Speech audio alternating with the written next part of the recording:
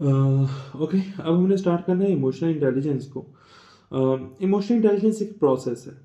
उस प्रोसेस के 4 स्टेप्स हैं और ये इमोशनल इंटेलिजेंस नॉर्मली रिक्वायर की जाती है कि एक अच्छे मैनेजर के अंदर और इवन एक एम्प्लॉय के अंदर भी किसी हद तक मौजूद होनी चाहिए। इमोशनल इंटेलिजेंस क्या होती है, चलिए डिस्कस करते हैं। सबसे पहले एक मैनेजर या एक लीडर को अपने इमोशंस या अपने मूड्स को आइडेंटिफाई करना आना चाहिए। फॉर एग्जांपल मैं कहता हूँ, इस वक्त मेरे ख्याल से इस वक्त 11 बज चुके हैं जब ये लेक्चर रिकॉर्ड हो रहा है। तो मैं थोड़ा लेट हो गया हूँ। ये टाइम पे काम किया जा सकता था लेकिन थोड़ा सा स्केड्यूल बिजी होने की वजह से मैं नहीं कर सका। सो मेरा कोई मूड इस वक्त बहुत अच्छा नहीं है। तो ये मैंने अपने मूड को आइडेंटिफाई किया है, ठीक है ना।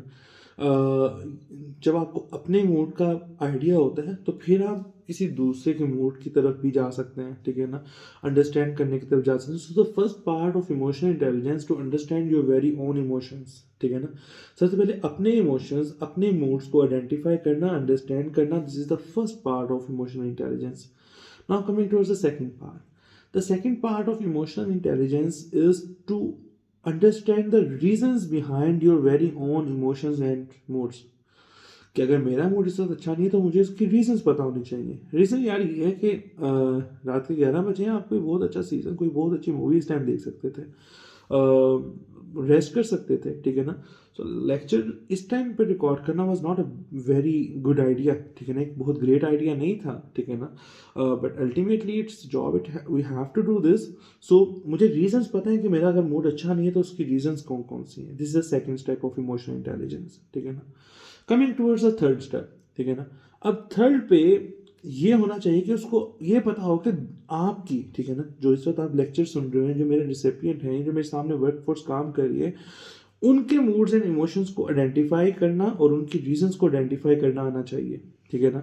अच्छा यार, ये फलां बंदा इस वक्त गुस्से में लग रहा है, ठीक है ना। अब गुस्से में लगने की 3-4 रीजंस हो सकती हैं। शायद इसको काम ज़्यादा मिला हुआ है, ठीक है ना, या इसने भी कहीं पे और जाना था, ये बिजी था, इसको स्पेशली इस काम के लिए टाइम निकालना पड़ रहा है, ठीक है ना।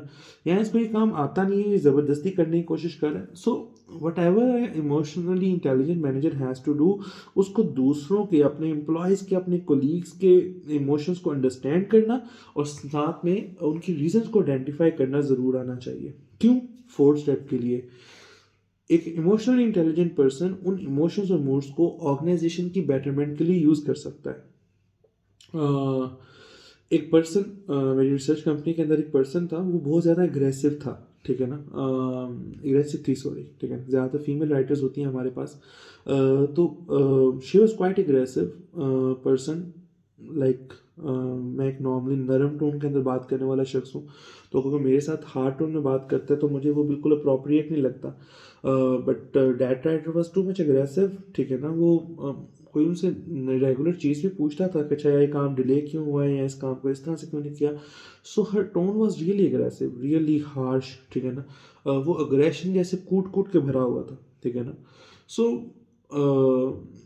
दो काम थे, या तो मैं उन लेडी को फायर कर देता, ठीक है ना, क्योंकि जब आप खुद एक सॉफ्ट स्पोकन पर्सन, आप किसी के एग्रेशन को बियर नहीं कर सकते without any having particular reason, आप बिल्कुल भी बियर नहीं कर सकते। और दूसरी रीज़न ये थी कि मैं उनके एग्रेशन को अपने फ़ायदे के लिए इस्तेमाल करता हूँ। सो मैंने उनको ऐसे टास्क देने शुरू कर दिए जो कंजस्टेड डेडलाइंस के थे। जो कंजस्टेड डेडलाइंस के थे means she was an aggressive person. और अग्रेशन कौन बंदा दिखाता है? जो समझता है कि मैं हर तरह से ठीक हूँ, ठीक है ना। सो लिहाजा जब उनको कंजस्टेड डेडलाइंस दी गई तो उन्होंने वो कंजस्टेड डेडलाइंस अचीव करना शुरू कर दी। यानी कि जो नॉर्मल राइटर अचीव नहीं कर सकता था, उस जिसके लिए उनको 24 आवर्स चाहिए थे, वो काम वो लेडी 16 to 18 आवर्स के अंदर कर रही थी। तो हमारे जो अर्जेंट टास्क होते थे हमने उनसे करवाने शुरू कर दिए, बदले में उनका गुस्सा बर्दाश्त कर लेते थे, ठीक है ना। So this is how an emotionally intelligent leader use the reasons and the actual emotions of their workforce in the favor of the organization। इसे इमोशनल इंटेलिजेंस कहते हैं। अपने इमोशंस आइडेंटिफाई करना, उनके बैकअप पे रीजंस आइडेंटिफाई करना, दूसरों के इमोशंस और उनकी रीजन आइडेंटिफाई करना, दूसरों के इमोशंस को ऑर्गेनाइजेशन की बेटरमेंट के लिए यूटिलाइज करना। This is what an emotional intelligence in front of me, ठीक है ना। ये मेरे ख्याल से इमोशनल इंटेलिजेंस को एक्सप्लेन करने के ये 4 स्टेप्स हैं जो ज़बरदस्त हैं। सो अगर तो आप as a leader, as a manager emotionally intelligent हो तो फिर आपको इमोशनल लेबर से घबराना नहीं चाहिए। इमोशनल लेबर डजंट मीन रोने वाली लेबर। इमोशनल लेबर मीन्स कि जो दूसरों के इमोशंस को अंडरस्टैंड करते हुए उनको हेल्प आउट करने की कोशिश करेगी, ठीक है ना।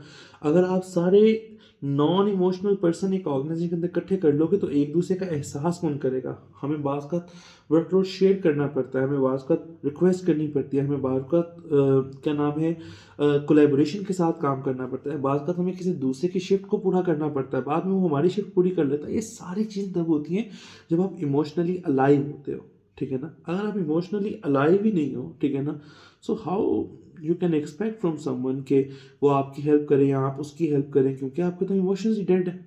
सो इमोशनल लेबर होना बुरी बात नहीं है, लेकिन अगर एक ऐसी ऑर्गेनाइजेशन में आप इमोशनली लेबर हैं जिसके ऑनर या मैनेजर या लीडर को नहीं आइडिया इमोशनली इंटेलिजेंट होने का या वो इमोशनली इंटेलिजेंट नहीं है, then there can be a big problem, ठीक है ना। वहाँ पे एक प्रॉब्लम फिर स्टार्ट हो जाएगी। Otherwise it's not a big problem to being a emotional labour, ठीक है ना। तो कभी भी इमोशनल लेबर से घबराते नहीं है, because emotional labour can be a positive thing at the same time.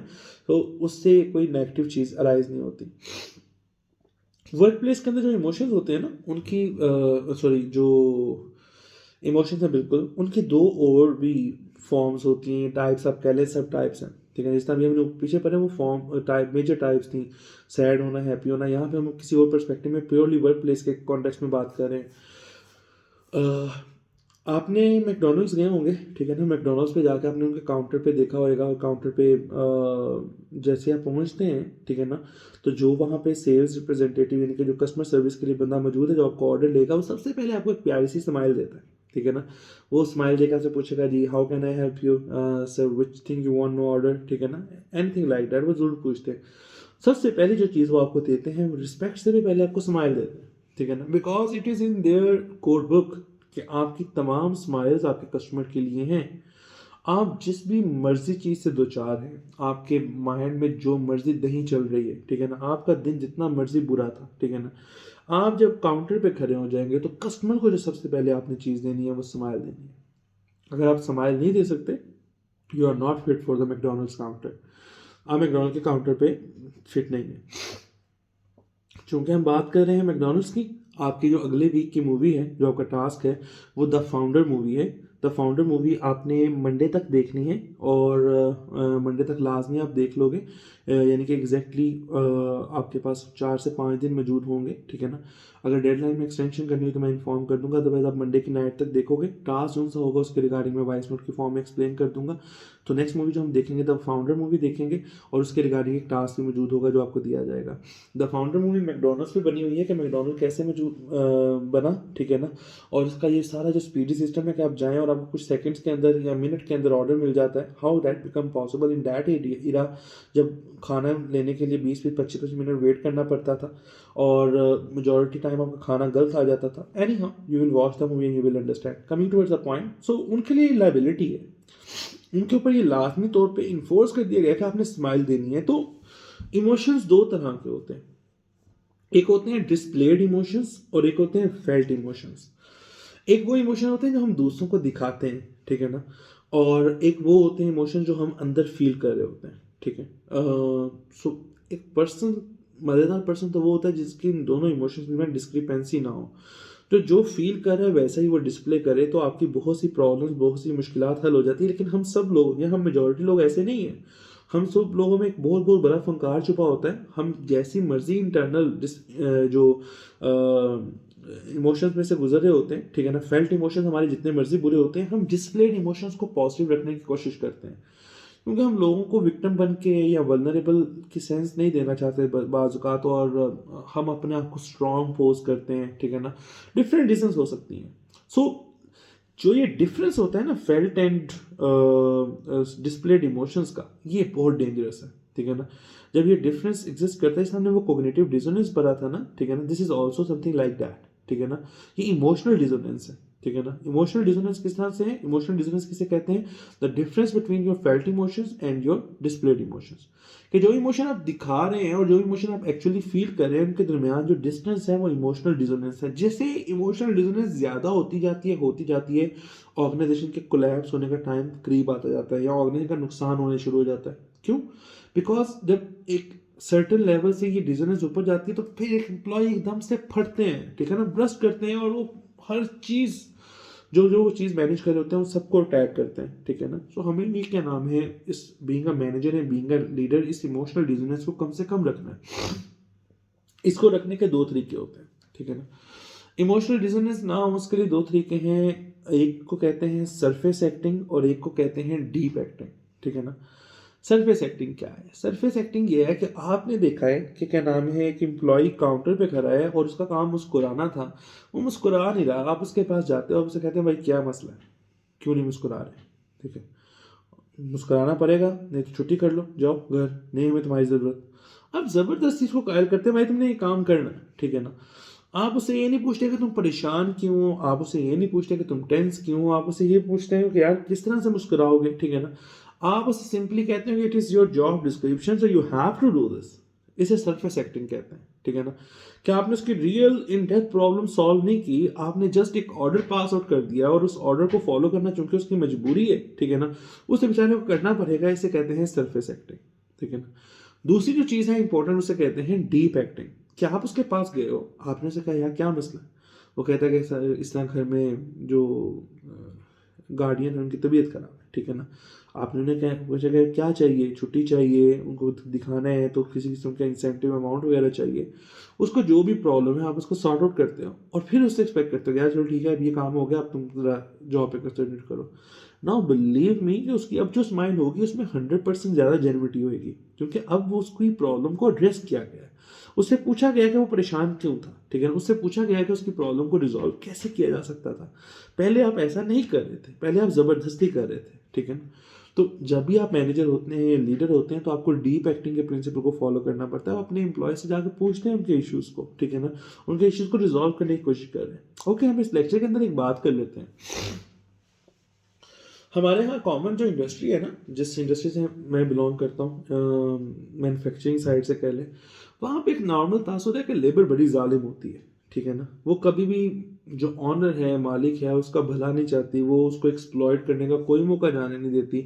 जब ऑनर को सबसे ज़्यादा ज़रूरत होती है वो उसी वक्त क्या नाम है उनको डॉज करती है या उनको नुकसान पहुंचाती है। आप उनके साथ सोने के भी बन जाएं वो आपको जलील करने, मतलब ये कॉमन परसेप्शन है इस मैन्युफैक्चरिंग सेक्टर की खास तौर पे, इवन सर्विस सेक्टर की भी, ठीक है ना। अगर आप मुझसे पूछते हैं कि मेरा एक्सपीरियंस क्या कहता है, मैं कहता हूँ बाकी ऐसे इंस्टेंसेस आते हैं जब आप समझते हैं कि आपकी लेबर को ज़्यादा अच्छा बिहेव करना चाहिए था, ज़्यादा अच्छा रिस्पॉन्ड करना चाहिए था एक चीज़ को लेके, आपको हेल्प आउट करना चाहिए था, आपको बेल आउट करना चाहिए था, लेकिन उस टाइम उसने आपके बेल आउट नहीं किया, उसने आपकी मुश्किलात में इजाफा कर दिया। लेकिन क्या इसके कल्प्रिट सिर्फ और सिर्फ वो एम्प्लॉयज हैं? नहीं है, क्योंकि हम मेजॉरिटी टाइम सरफेस एक्टिंग के प्रिंसिपल को फॉलो कर लेते हैं ऑर्गेनाइजेशन के अंदर। हमारे ऑर्डर्स हैं, हमें पता है कि हमने अगर 1000 फैंस एक दिन में प्रोड्यूस ना किए या हमने इतनी मशीन्स एक दिन में प्रोड्यूस ना की, अगर हमने इतनी कुकिंग रेंजेस एक दिन में प्रोड्यूस ना की, हमारे ऑर्डर सारे के सारे पीछे पड़ जाएंगे, पीछे से क्लाइंट्स की कॉल आना शुरू हो जाएंगी। तो हम कहते हैं यार तुम्हें बाद में देख लेंगे, पहले काम मुकम्मल करो, ठीक है। So being an manager, being an owner, जब हमारा इस तरह का एटीट्यूड होता है तो फिर हम किस तरह से एक्सपेक्ट कर सकते हैं कि हमारे जो एम्प्लॉयज़ हैं वो कल को हमारे लिए हमें बेल आउट करेंगे? नहीं करते वो बेल आउट। वो सिंपली जब उनको लगता है कि अच्छा यहाँ पे ये फंसा हुआ है, वो मजीद और फंसाते हैं, ठीक है ना। सो ये हमारे जो सोसाइटी में लेबर ऑनर का जो रिलेशनशिप है बाज़ जगह पे बड़ा एग्जाम्पलरी भी होता है। मैं ये नहीं कहता कि हर जगह पे ख़राब होता है, लेकिन मेजॉरिटी प्लेसेस में ये इसी तरह से चल रहा होता है। शायद यही रीज़न है कि बहुत से लोग अब जब बिजनेस स्टार्ट करते हैं तो वो बिजनेस मॉडल ऐसा ऑप्ट करना चाहते हैं इसमें मैन्युफैक्चरिंग का तल्लुक कम से कम हो, सर्विस और ट्रेड ज़्यादा हो, ठीक है, ताकि जो जो जेन्युइन लेबर के जो झंझट है उनसे बचा जा सके। लेकिन ultimately at the end of the day बहुत से लोग कहते हैं कि वो बिजनेस ही नहीं है जिसमें मैन्युफैक्चरिंग का पोर्शन इन्वॉल्व नहीं है, ठीक है ना। सो द पॉइंट इज कि ये जो क्यों ये मसले हैं ये सरफेस एक्टिंग और डीप एक्टिंग की वजह से हैं कि हम बहुत सी जगहों पे सरफेस एक्टिंग यूज़ कर लेते हैं। अगर वहाँ पे डीप एक्टिंग यूज़ की जाती तो ऑर्गेनाइजेशन को बहुत ज़्यादा बेनिफिट हो सकता था और हम उस बेनिफिट को वेव ऑफ कर देते हैं। तो ये था हमारा मूड एंड इमोशंस के ऊपर लेक्चर, जिसके अंदर हमने देखा कि मूड्स एंड इमोशंस बेसिकली होते क्या हैं, दोनों डिफरेंट कैसे हैं, इन दोनों को असरअंदाज कौन सी चीज़ें करती हैं, इनकी टाइप्स कौन सी हैं, फिर क्या एक इमोशनल लेबर ऑर्गेनाइजेशन में होना अच्छी बात है या बुरी बात है, फिर हमने ये भी देखा कि इमोशनल लेबर की प्रेजेंस को किस तरह से सॉर्ट आउट किया जा सकता है, वो हमने देखा कि इमोशनली इंटेलिजेंट होना पड़ता है। हमने ये देखा कि इमोशनल इंटेलिजेंस क्या होती है, फिर हमने ये अंडरस्टैंड किया कि डीप और सरफेस लेवल इमोशंस क्या होते हैं, और फिर हमने ये आइडेंटिफाई किया कि सरफेस एक्टिंग और डीप एक्टिंग क्या होती है, सॉरी हमने पहले किया था फेल्ट और डिस्प्लेड इमोशंस क्या होते हैं, इमोशनल डिसोनेंस क्या होती है, और फाइनली हमने देखा कि किस तरीके से उनको टैकल किया जाता है सरफेस एक्टिंग और डीप एक्टिंग के। फिर मैंने आपको पाकिस्तान के लोकल एक मैन्युफैक्चरिंग कंसर्न की एग्जांपल दी कि यहाँ पे हम लेबर को लेकर किस तरह की सोचें सोच रहे होते हैं, और मैंने उस तरीके से आपको समझाया कि अच्छा यहाँ पे ये पर्सपेक्टिव चल रहा होता है। So anyhow this was all about mood and emotions. I think so we have covered each and everything and there is nothing left. So आपने इस लेक्चर को सुन के इसका लेक्चर मैप डेफिनेटली बनाना होगा, वो बताने की ज़रूरत नहीं है, ठीक है। मूवी आपको बता दी गई है, मूवी आपने टाइमली देख के और उसके मतलब एक्टिविटी आपको वॉइस नोट पे इन्फॉर्म कर दी जाएगी। ये मूड्स एंड इमोशंस जो से आपके हैं, जो हमने आज का लेक्चर लिया है, ये आपको चैनल वाली एक्टिविटी के लिए मजीद गाइड करेगा, ठीक है ना, कि आपकी फीलिंग्स किन चीज़ों को लेके बहुत ज़्यादा इंटेंस हैं, किन चीज़ों को लेके बहुत ज़्यादा एक्टिव हैं, किस चीज़ों को लेके आपको अच्छा महसूस करता है किन कामों को करके, और आप शायद उन्हीं में से कोई एक्टिविटी चूज़ कर लें अपने चैनल के लिए प्रोपोगेट करने के लिए। Basically we are trying to invest as much as skills we can in you guys because we believe that you deserve each and everything from that particular perspective। और हम सिर्फ और सिर्फ आपको पीस ऑफ पेपर के साथ नहीं बल्कि बहुत से नॉलेज और बहुत से स्किल्स के साथ बाहर मार्केट में भेजना चाहते हैं।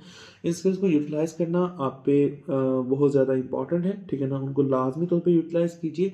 इस वीक की जो स्किल है वो कंपैरेटिवली इजी स्किल है, ये यूट्यूब चैनल वाली, ठीक है ना, लेकिन ये थ्रू आउट द सेमेस्टर साथ चलेगी, ठीक है, और इसके लिए बहुत ज़्यादा इम्पोर्टेंट हमें इसको देनी पड़ेगी। हमारा जो नेक्स्ट लेक्चर होगा मंडे वाले दिन, वो फेस टू फेस होगा जूम के ऊपर। हम आपकी जो प्रीवियस लेक्चर्स की क्यूरीज हैं हमको रिजॉल्व करेंगे, उसके अंदर आपके साथ इंटरेक्शन होगा, लाइव इंटरेक्शन होगा, आप डिफरेंट तरह के क्वेश्चंस कर सकते हैं, जो जो अभी तक आपको प्रॉब्लम्स पेश आ रही हैं आप उनको डिस्कस कर सकते हैं प्रोजेक्ट वाइज एटसेट्रा एटसेट्रा। और आज की लेक्चर के अंदर हम आपका फर्स्ट लॉन्ग प्रोजेक्ट अनाउंस करने लगे हैं। उसके लिए आपको ग्रुप्स बनाने हैं, और जो ग्रुप्स हैं उनका जो स्ट्रक्चर है वो को ग्रुप होगा या सेपरेट ग्रुप होगा। एक चीज़ तो डन है कि आप ऑब्वियसली वर्चुअली ही एक दूसरे से इंटरेक्ट करेंगे, आप यूनिवर्सिटी के प्रेमिसेस के अंदर एक दूसरे से इंटरेक्ट नहीं कर सकते।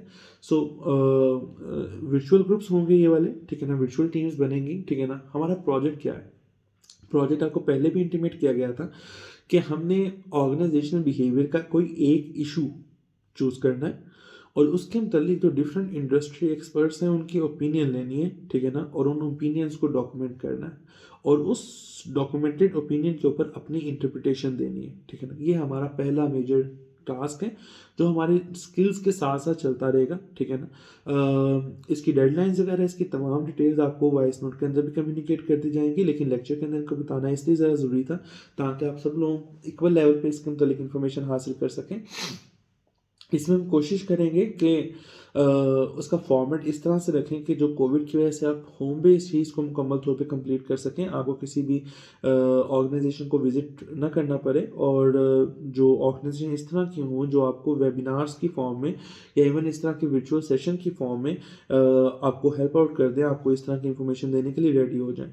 So I will provide you detailed guideline on the WhatsApp voice note इस project के regarding. Hopefully you guys will enjoy that. As far as groups are concerned, each class is has to make 10 groups, ठीक है ना। आपको अपनी class में 10 के group बनाना है। जो 10 ग्रुप्स होंगे उनमें क्या नाम है 6 पर्सन्स हो सकते हैं हर ग्रुप के अंदर। तो टोटल मेरे ख्याल से आपकी ऑन एवरेज जो तादाद है वो 60 है। हाँ, किसी में 5 किसी में 6 हो सकते हैं तादाद को पूरा करने के लिए, लेकिन अदरवाइज ये ग्रुप्स का स्टेटस होगा। जो ग्रुप्स की नेचर है, ठीक है ना, वो को बनाने हैं या वो सिंगल जेंडर बनाने हैं, उसके मतलब मैं आपके CRs और GR से कंसल्ट करके आपको इन्फॉर्म कर दूंगा, ठीक है ना, ताकि किसी किस्म की प्रॉब्लम पेश ना आए इस प्रोजेक्ट को परस्यू करने के लिए और इसको कंडक्ट करने के लिए। फर्स्ट प्रोजेक्ट आपका बड़ा अच्छे तरीके से कीजिएगा। मैंने शॉर्ट सा ग्लिम्स उसका आपको यहाँ पे दे दिया, लेकिन वॉइस नोट के अंदर मैं उसको डिटेल आपको बता दूंगा। इसके लिए जो हमारे पास डेडलाइन है वो अप्रॉक्सीमेटली 2.5 वीक की है। हमें 2.5 वीक के अंदर ये प्रोजेक्ट मुकम्मल करना होगा, और उसके बाद उसकी असेसमेंट वगैरह शुरू होगी इस पर्टिकुलर प्रोजेक्ट की। उसको प्रेजेंट करने का तरीकाकार होगा, मैं आपको वो भी बता दूंगा, ठीक है ना। तो ये हमारा फर्स्ट मेजर प्रोजेक्ट होगा। So this was all about today's lecture. Thank you so much.